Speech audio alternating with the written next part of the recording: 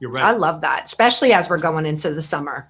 So, I mean, the other thing that is really great about you is you are without a doubt a consummate educator, and I find that whether that be about hair or even just his life, I know you and I have had many conversations where I'm like asking you advice, like, how do The I handle this? nitty gritty.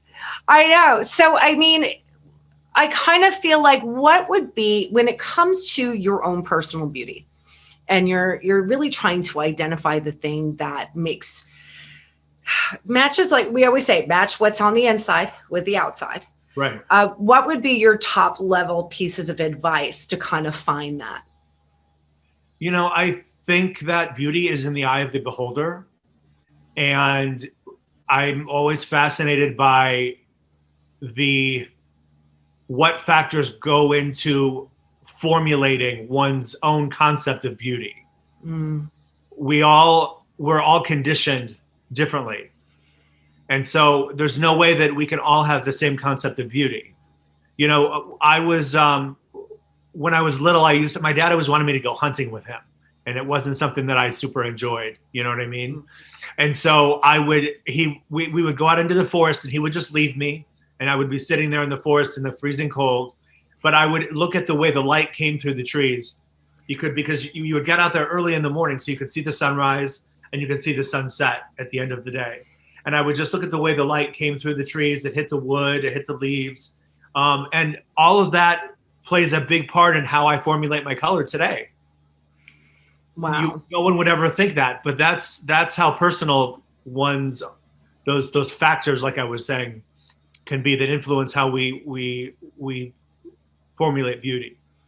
It's hard though, because you're right in the sense that it is to the eye of the beholder. But don't you think that sometimes even with society, it feels as though it's kind of cultivated that there's an expectation that perhaps is a little unrealistic, that it's only just fitting one particular mold. Like, how does You're right. someone?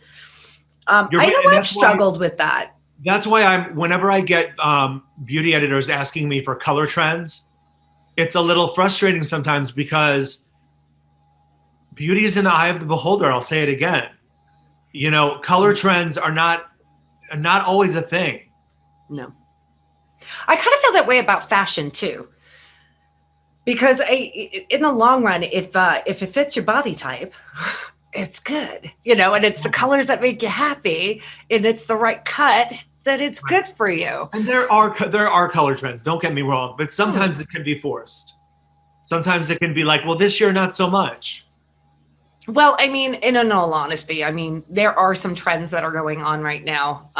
I've kid around about a few of them, the middle part thing, or the revamp of the mullet. I'm not hating on it, but it's not something I would wear. But it seems Shaggy. like these trends are more kind of microscopic. It's for only a certain demographic, a small Yeah, demographic. only certain people can wear those. Yeah. At Yeah, least I right find now. that. At least right now. A lot of times, like look at the 70s.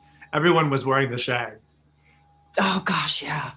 No, that is true. Whether they should have or shouldn't have. Yeah. Mrs. Brady. But I think maybe that is the beauty of now, is that I think people are a little bit more self-aware that it doesn't have to be, which is funny because in the same breath we have it pushed in our face nonstop. Right. I mean, what would you say? I mean, I know you spoke of the forest, but what would you say is your definition of beautiful or beauty in a person? When it comes to hair, I think anything. I think whether it be their clothing, their skin, their hair, their makeup, whatever. I think it should be something naturally derived. Mm.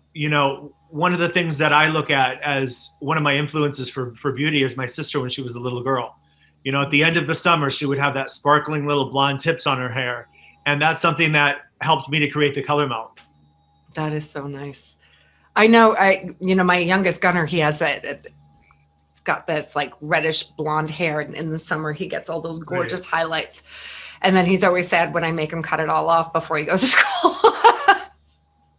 It Why? is. Well, I don't. I don't. I let him grow it. I give it a personal choice. But yeah, after a while, Lord, you got to let me cut it, please. Something. Let's Yeah. make it neat. Very particular. So, I mean, beyond that, I mean, is there some exciting things going on right now? I know it's been kind of with the shutdowns and everything like that, but What's exciting is that I'm able to be back in the salon with my clients. That is genuinely exciting to me.